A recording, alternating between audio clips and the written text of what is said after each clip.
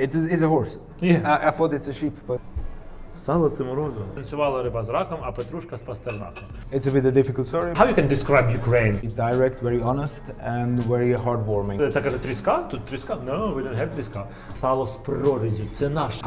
Будьмо, but just a touch. For health, you know? Дуже добре. Дуже добре. Всім привіт! Сьогодні неочікуване місце, бо це 100 років тому вперед, це ресторан, в якому створюється або відроджується, точніше, українська кухня, і тут завжди цікаво. І знаєте, оця рубрика, коли мої знайомі з інших країн куштують їжу, це прям якась прикольна рубрика, вам вона подобається, ви її дивитесь, тому буду її продовжувати. Зараз сьогодні зі мною Рафаель, він зі Швейцарії, в нього є ресторан, там багато зірок Мішлен, і тому я подумав, я ж не буду давати йому їжу в себе вдома, тому давайте поїмо в ресторані і подивимось, що він скаже стосовно української їжі, і трішечки поговоримо, це ж так прикольно. Hi, bro. How are you? Nice to meet you, Prat. Tell to people who is watching you, who are you? What are you doing here? So my name is Рафаель. I have several things to do in Kiev. Mainly we need to get some stuff to bring home from my friends. But my friend has a bachelor work in the theater, which I was supporting, but also we had to deliver some let's say goods to help some people. I know that you're not first time here during the war. Yes, I think in Kiev it was the fourth time. First time. Fourth. Third, yeah? Fourth. Okay, so when you first came to Kiev and why? It's a bit a difficult story, but my friend's father had a bit problems medical-wise, and we wanted to bring him to a hospital in Zurich because they have a very good cancer clinic. You helped your friend, and that's why you came here. Yes, exactly. How you can describe Ukraine? I mean, for me, it's a very beautiful country because people are very direct, very honest, and very heartwarming. Every time we went to a village, to a dacha, like I dream of these full tables with food, with all the traditional dishes. I have, of course, a big love for food and for local dishes wherever I go. But the way they celebrate the culture is really nice for me. And before I was only in Lviv and Uzhhorod, which I knew before the war. So Kiev I only know through the war. But the strength and the moral of the people really inspired me. How they live, how they enjoy life, how they go to theater, how they go to dinner, how they cook, how they appreciate life. Ну, бачите, які ми, якщо ви не знали, які ми, окрім всього іншого, ми ще й такі. What I want from you, I know that you have a restaurant. Yes. Tell me, what kind of restaurant do you have? So our main restaurant, our most beloved restaurant called Rechberg 8037. It's a radical working restaurant which only uses local ingredients from Switzerland. Only biodynamic ingredients, so that means we buy whole cows, we buy whole sheeps. If a carrot comes without the green, we have to send it back because somewhere on the way it got lost. And we only work with small producers or family-owned producers, which we personally know. Because what we realized, everybody can make a nice website, everybody can make a nice text about themselves, but you only feel what they do when you touch their grass. Yeah, definitely. So besides that, we have a cheese store, a wine store, a tennis club restaurant in summer, which is in winter a fondue place, like cheese fondue. You're a bit connected to the culinary. Yes, but I must say I'm not allowed to cook anymore in the restaurants because at the beginning it was very nice. I could support the kitchen. I could also even create own dishes. But now we reached the level where I'm just not good enough in the kitchen, and sometimes they let me put stuff. That's my future. You're not good enough to your restaurant, so please don't enter the kitchen. Yeah? I go there a lot to clean the dishes. Yeah. So you can make a photo, you can go there, but don't touch nothing which is connected to the food. Yeah? So that's why I want you to try Ukrainian dishes. I know that you tried a lot of that, but I want you to say how you feel it and what you think about this, because we're eating a lot of dishes all the time. It's interesting what you feel when you eat some dishes. Let's start. I'm really curious about it. Yes, because I only know one, I think. But but yes. you know, but you don't know a lot of different. I know. But yeah, I think it doesn't matter know you or not. Just tell me. Just you have to try it. Here we have like a special different ingredients, and you can eat them, and you can try everything. And I want you to say what you eat first. and what you feel about this. Okay, first I have to try everything by myself. It's okay. You're professional. You're doing like professional. And this feels for me a bit like home. It's definitely something, a root, like a root, how you say in English, a root vegetable? Root vegetable is okay. Yeah. This I first thought it's, I say algae from the ocean, but it's not, I think. Це не водорості. No.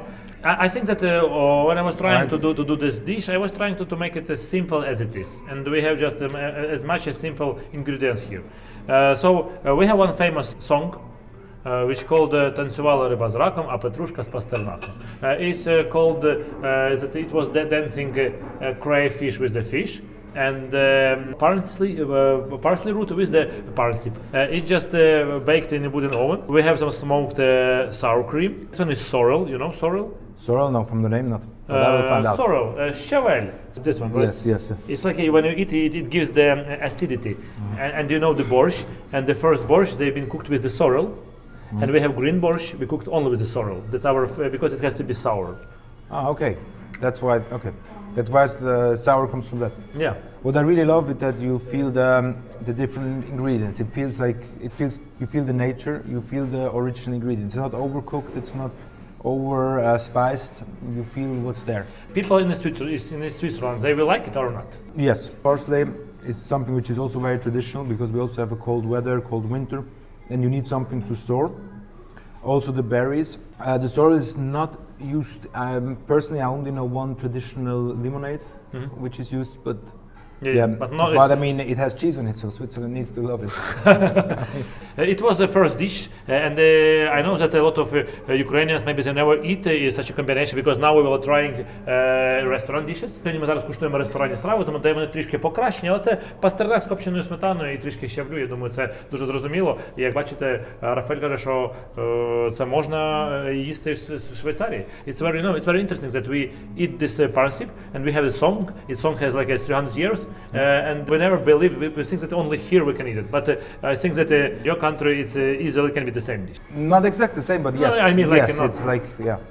I feel that's why it's felt like home. Yeah, because it's like you eat something. That's why I want trying through the food. I want to cross the borders, you know. And I want to say that in Ukraine we have a lot of different ingredients which people in Europe has also. But so we are part of Europe more than part of Asia. So you can try this one. What I think is the reason why I fall in love with your restaurant is because you take this traditional tastes, traditional ingredients, and try to interpret it in a bit different way. Which is very similar to what we do at Rechberg. We only use pre-industrial traditional dishes. And something which I heard you say when we first met a year or two ago is a lot of people think when you have a creative dish that it's interesting. Which I hear in our restaurant a lot, that people love it, but it's also unknown. It's like known and unknown. Yeah, but because at the same time. It's hard to say that it's tasty. You said that it's interesting. I think it's just overwhelming for them. So. So I think you know this dish. How it's called? How you Вареники. call it? Вареники. Good. And this вареники unique combination. 100 years ago it was like a kind of bit common because we were eating a lot of fish. But inside it's cod, or what fish is inside? Cod? No. We don't have in Ukraine cod. You don't have cod, of course. Це каже тріска? Тут тріска? No, we don't have тріска.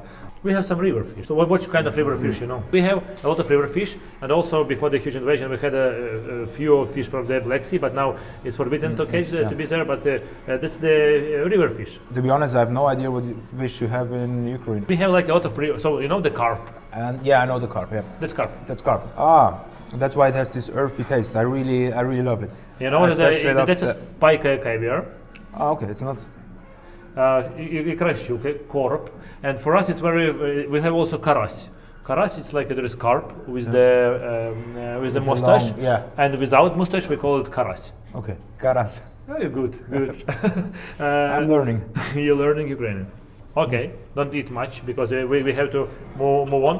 I know that you know a lot about, you know what is it, yeah? Bacon, lardo, no, saldo. Salo.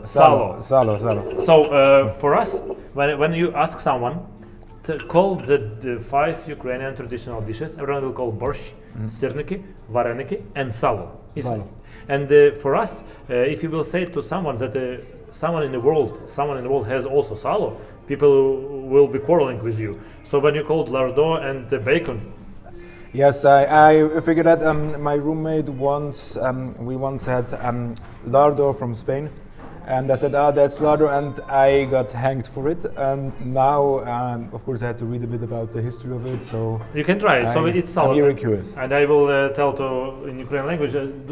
Сало в світі, виявляється, їдять, його в Італії, в Іспанії називають лардо, його називають бекон, і вони думають, що це є бекон, але ми пояснюємо, ні, це сало з прорізю, це наше.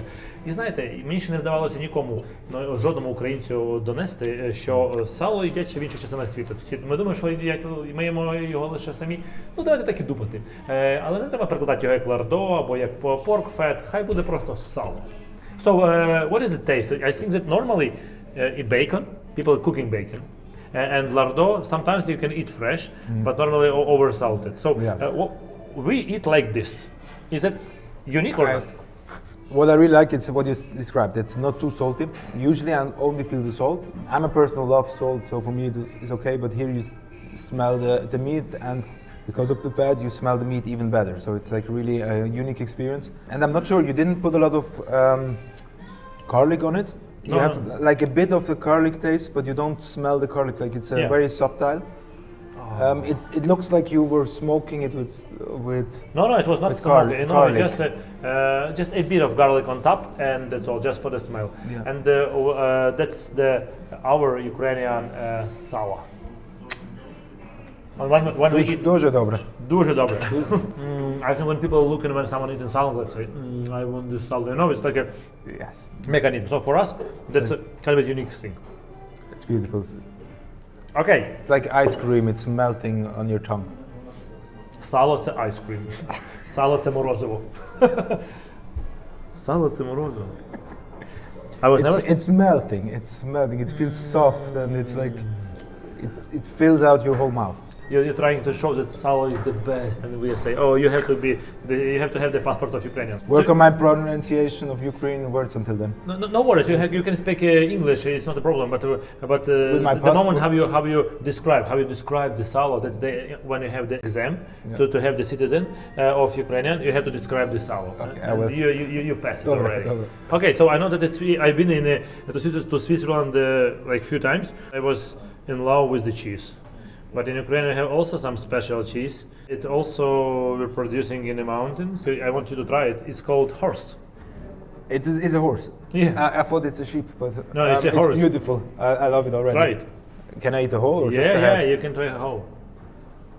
Момент, коли зараз швейцарець їсть українського коника. I think you should go to Italy and teach the mozzarella maker how to do that. But can you imagine that in Ukraine we have like a whole region and they can do it very fast, do this cheese. I don't know how they can. They do it in the region as well, like fingers. With the fingers. Okay. There is no machine. And I'm a person when I cook and I throw it on the plate. I have the philosophy that a plate needs to be fresh and hot. Yeah. I'm always amazed when somebody can do something like this and it still stays fresh, because when I do it with the pipette and everything, it takes an hour.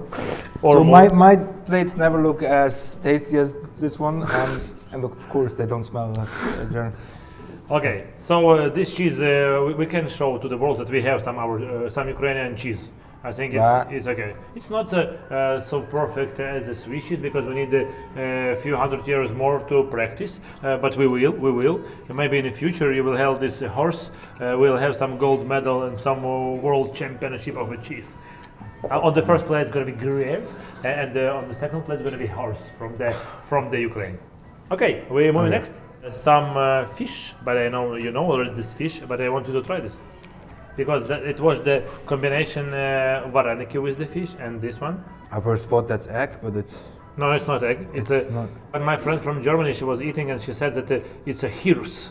Hirse. Millet, we call it in English.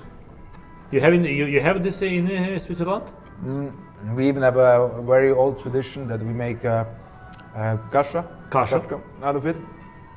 And we have to bring it from Zurich to a French city. And it still needs to be warm when it's arrived. Oh my God! And when you're not able to make it, then you lost. So really? Yes. How it's called? Kasha? No, it's called maisbrei. Maisbrei. Yeah. I never heard of it. So that's when I was in the south of Ukraine, we have the tradition to combine the tomatoes with the river fish, and it's a combination of tomatoes with the river fish. It's also some kind of carp, but it's more like karas. Yeah. Already, you know it. It has the similar taste, but it has this combination of tomatoes, and it's in the south of Ukraine. It's kind of a famous combination.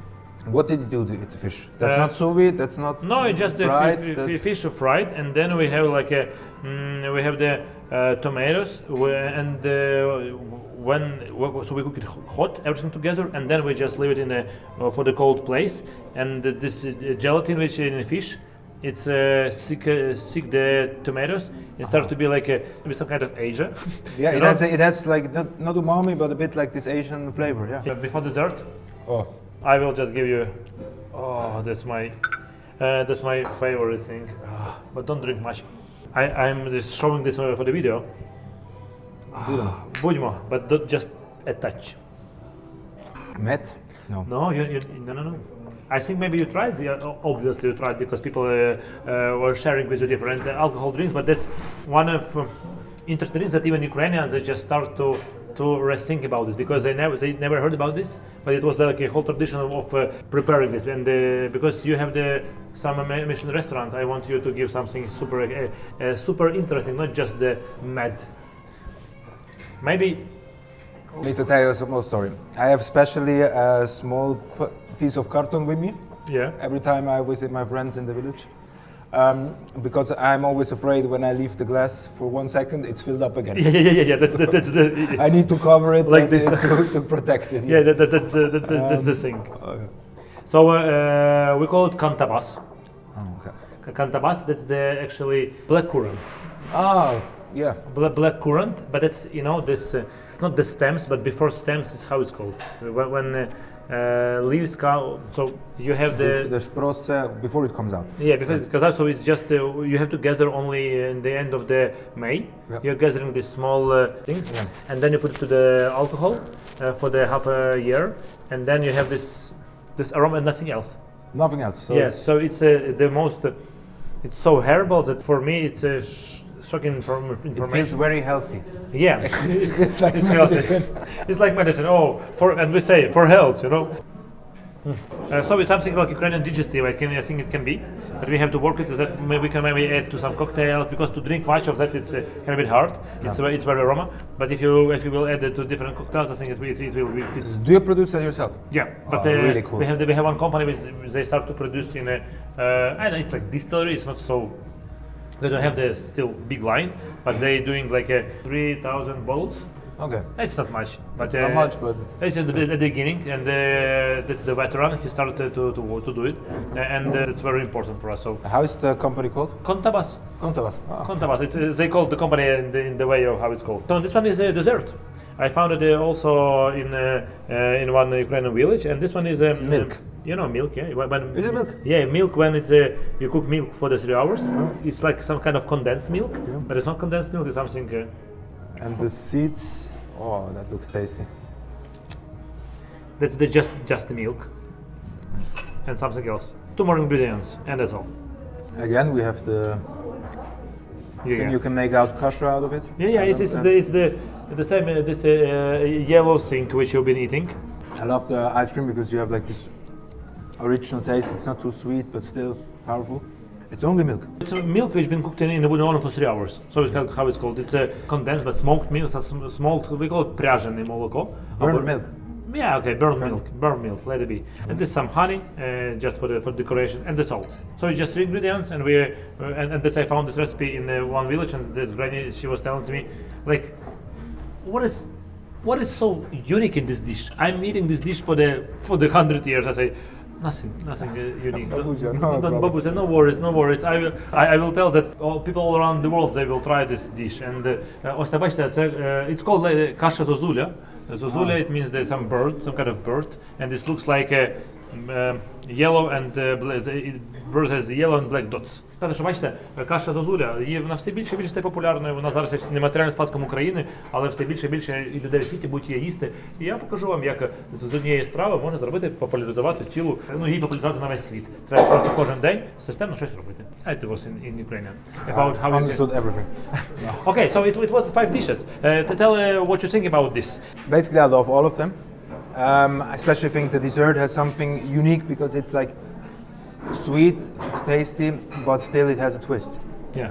Maybe can you compare some kind of Ukrainian gastronomy with the European gastronomy? Because we think that our cuisine is kind of small, and we are a bit ashamed because of your society to show it to the world. We made some Ukrainian events, and I wouldn't say Ukrainian kitchen is small. Ukrainian kitchen has like this unique, it's like popular tastes which people love. It's like you just feel comfortable with it, but it's still in Ukraine, it's not really known. For example, varеники is something which everybody, when they see it, it looks like, that's just ravioli. And then they eat it and we blow their mind, because they see like it still feels like known, it still feels good for them, it's still something which is not completely new, but it's still unique, it's still like even better than, I don't say that to the Italians, but I just love it. My roommate, she makes a lot of vareniki, and I think there is nothing better, no better comfort food, because you can eat it sweet, you can eat it salty, you can even leave it for a day and then snack it at night in front of the television. And this one for me is something which feels like historic. It feels old-fashioned and still modern. You can combine it, you can eat it. It feels like a generation thing, because burned milk is something which people don't really use today anymore, or cooked milk. But at the same time, these flavors with hot chocolate, you eat with milk chocolate. You eat that as a child, you drink that as a child. You feel good afterwards. It's not too much fat. But anyway, it's all maybe, but it's not too much fat. It's not. It doesn't try to be someone which he's not. Ukrainian kitchen it makes you strong. It makes you powerful. It makes you at the same time want to explore the world, but also makes you feel at home. Okay. I'm just curious. It's just sour cream. What just sour cream? But sour cream is something unique, and I understood that almost in each dish we have sour cream. I don't know why. I still don't know why. But we eat a lot of sour cream, and I was never thinking about this. It was like a normal. You eat it, you're adding sour cream and nothing else. We do the same with cheese and chocolate. Everything chocolate. We have chocolate or pasta. Cheese or chocolate. So our sour cream is a new cheese. Cool. Okay, thank you very much for your time, and for us it's important that you're here and you're trying food, because that's our life. It was an honor to try all this, and thank you very much. Thank you, дякую, до зустрічі. Бачите, ось так можна просто поїсти, і ви самі можете поїсти і сказати, ого, це українська кухня. Я завжди вам це казав, тепер кажуть вони. Oh, wow.